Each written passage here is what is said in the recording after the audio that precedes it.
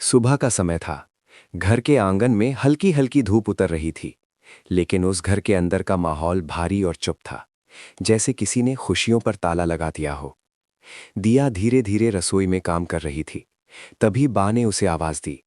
दिया, जरा सुन तो। मैं सोच रहा था कि अब और इंतजार करने से क्या फायदा, दुकान खोल ही लेता हूं। दिया ने हैरानी से उनकी तरफ देखा। इतने बड़े हादसे के बाद भी बा के चेहरे पर मजबूरी वाली हिम्मत थी। तभी पीछे से भाभी बोली, भाभो, मैं भी सोच रही थी कि हम लोग कॉलेज चले जाएं। घर में बैठे बैठे घुटन हो रही है। लेकिन तभी मीनाक्षी की आवाज गूंज उठी। मर के छेद करोगे ना, तो अंदर से खून कम और स्वार्थ ज्यादा बाहर आएगा। उसकी बात सुनकर सब चुप हो गए। माहौल और भारी हो गया। तभी विक्रम उठते हुए बोला, मैं दुकान जा रहा हूं, तू जल्दी से घर का काम निपटा कर दुकान पर आ जाना। लेकिन तुरंत ही बा ने सख्त आवाज में कहा, दुकान सिर्फ तू जाएगा, बन्नी नहीं जाएगी। विक्रम ने थोड़ा झुंझलाकर कहा, पर भाभो, बाजार में इतनी भीड़ रहती है, अकेले कैसे संभालूंगा। बा ने गहरी सांस ली और बोली, तू दुकान संभालने नहीं जा रहा, तू अपने अंदर की घुटन मिटाने जा रहा है। और सुन, हमारी माँ को इतना भी पागल मत समझना। भगवान किसी को यूं ही पैदा नहीं करता। मैं तुम सबको जानती हूं, एक एक की नस पहचानती हूं। उनकी आंखों में दर्द था और गुस्सा भी। अंदर अंदर सबको यही लग रहा होगा कि सूरज घर से बाहर क्यों निकला, लेकिन सच ये है कि वो दुकान पैसे कमाने नहीं गया। वो गया है ताकि इस घर की गाड़ी चलती रहे। उनकी आवाज कांप रही थी। आज जरूरत थी कि कोई उसके कंधे पर हाथ रखकर कहता, भाई चिंता मत कर, हम हैं ना। लेकिन किसी को याद ही नहीं आया कि वो भी किसी का भाई है, किसी का बेटा है। घर में एक अजीब सी खामोशी छा गई।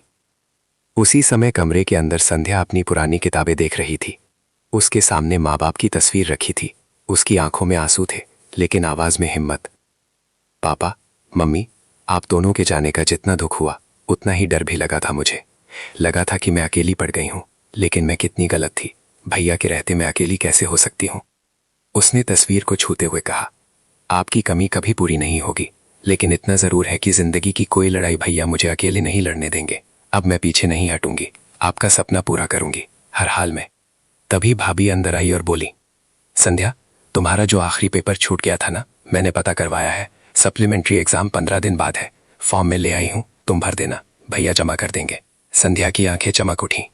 थैंक यू भाभी, मैं कुछ देर के लिए कमजोर पड़ गई थी, इसलिए उस रास्ते से हट रही थी जिस पर मम्मी पापा मुझे देखना चाहते थे।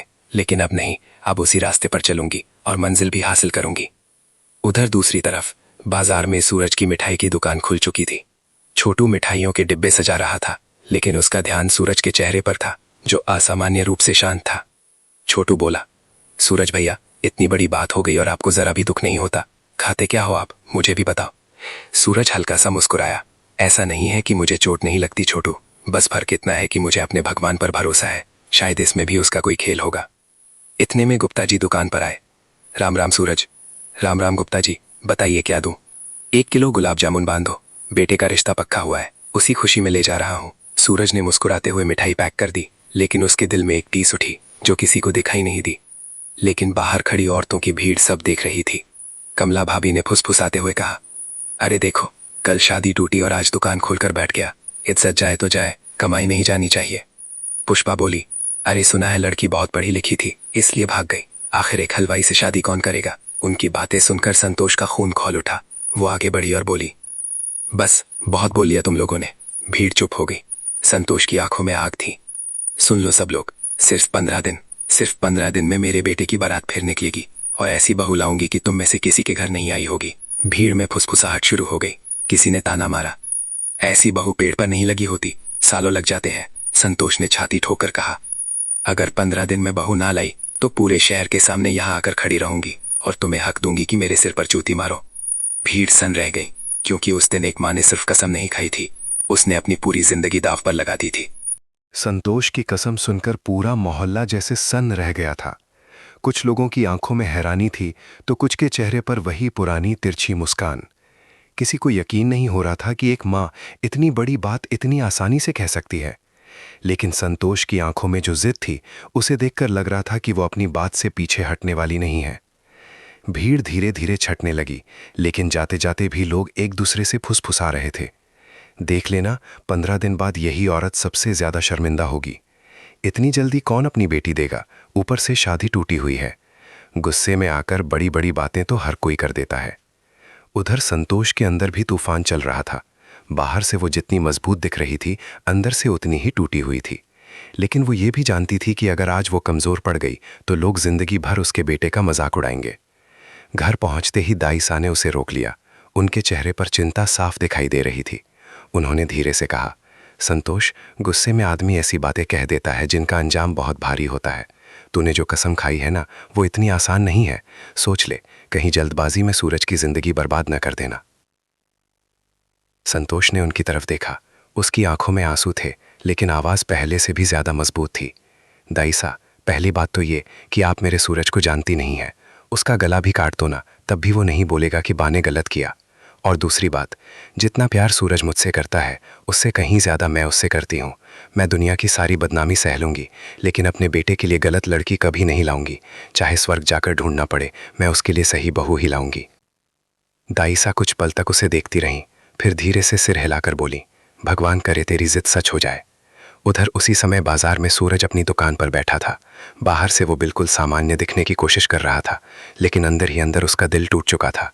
लोगों की बातें उसके कानों तक पहुंच ही जाती थीं, चाहे वो सुनना चाहे या नहीं। कोई कहता, बेचारा लड़की भाग गई। कोई हंसकर कहता, अब कौन करेगा इससे शादी। लेकिन सूरज हर बार मुस्कुराकर ग्राहकों को मिठाई देता रहता, जैसे उसे किसी बात से फर्क ही नहीं पड़ता। छोटू ये सब देख रहा था। आखिर उसने हिम्मत करके पूछ ही लिया, भैया सच सच बताओ, आपको बिल्कुल भी दुख नहीं होता? सूरज ने कुछ पल के लिए काम रोक दिया। उसकी नज़र सामने रखी भगवान की छोटी सी मूर्ति पर गई। फिर वो धीमे से बोला, दुख तो होता है छोटू, बहुत होता है, लेकिन अगर हर दर्द को चेहरे पर दिखाने लगे ना तो जिंदगी चलाना मुश्किल हो जाएगा। इसलिए मैंने भगवान पर छोड़ दिया है, जो होगा अच्छा ही होगा। छोटू चुप हो गया, लेकिन उसके दिल में अपने भैया के लिए और ज्यादा इज्जत बढ़ गई। उधर घर में संध्या अपनी किताबों में लगी हुई थी। भाभी ने उसके सामने फॉर्म रख दिया था। वो बार बार उसे देख रही थी, जैसे उसे विश्वास ही नहीं हो रहा हो कि उसे दूसरा मौका मिल गया है। उसने फॉर्म उठाया और मन ही मन कहा, पापा मम्मी, अब मैं हार नहीं मानूंगी, मैं आपका सपना ज़रूर पूरा करूंगी। लेकिन तभी उसके कानों में बाहर से कुछ औरतों की आवाज़ें आने लगीं। वे अभी भी संतोष की कसम के बारे में बातें कर रही थीं। कोई कह रहा था, देखना 15 दिन बाद तमाशा होगा। कोई हंस रहा था, इतनी जल्दी कौन अपनी बेटी देगा। संध्या के दिल में एक अजीब सा डर बैठ गया। वो भागकर बाहर आई और संतोष के पास जाकर बोली, बा, आपने इतनी बड़ी कसम क्यों खाई? अगर 15 दिन में। उसकी बात पूरी भी नहीं हुई थी कि संतोष ने उसके सिर पर हाथ रख दिया। डर मत, तेरी बा ने जो कहा है ना वो करके दिखाएगी। लेकिन उसी समय दरवाजे के बाहर एक आदमी खड़ा था।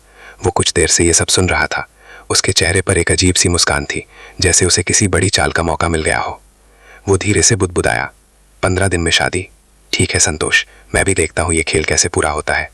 और यही वो पल था जब इस कहानी की असली मुश्किलें शुरू होने वाली थी, क्योंकि अब सिर्फ एक माँ की जिद नहीं थी, बल्कि किस्मत, समाज और कुछ छुपे हुए राज भी इस कहानी में शामिल होने वाले थे।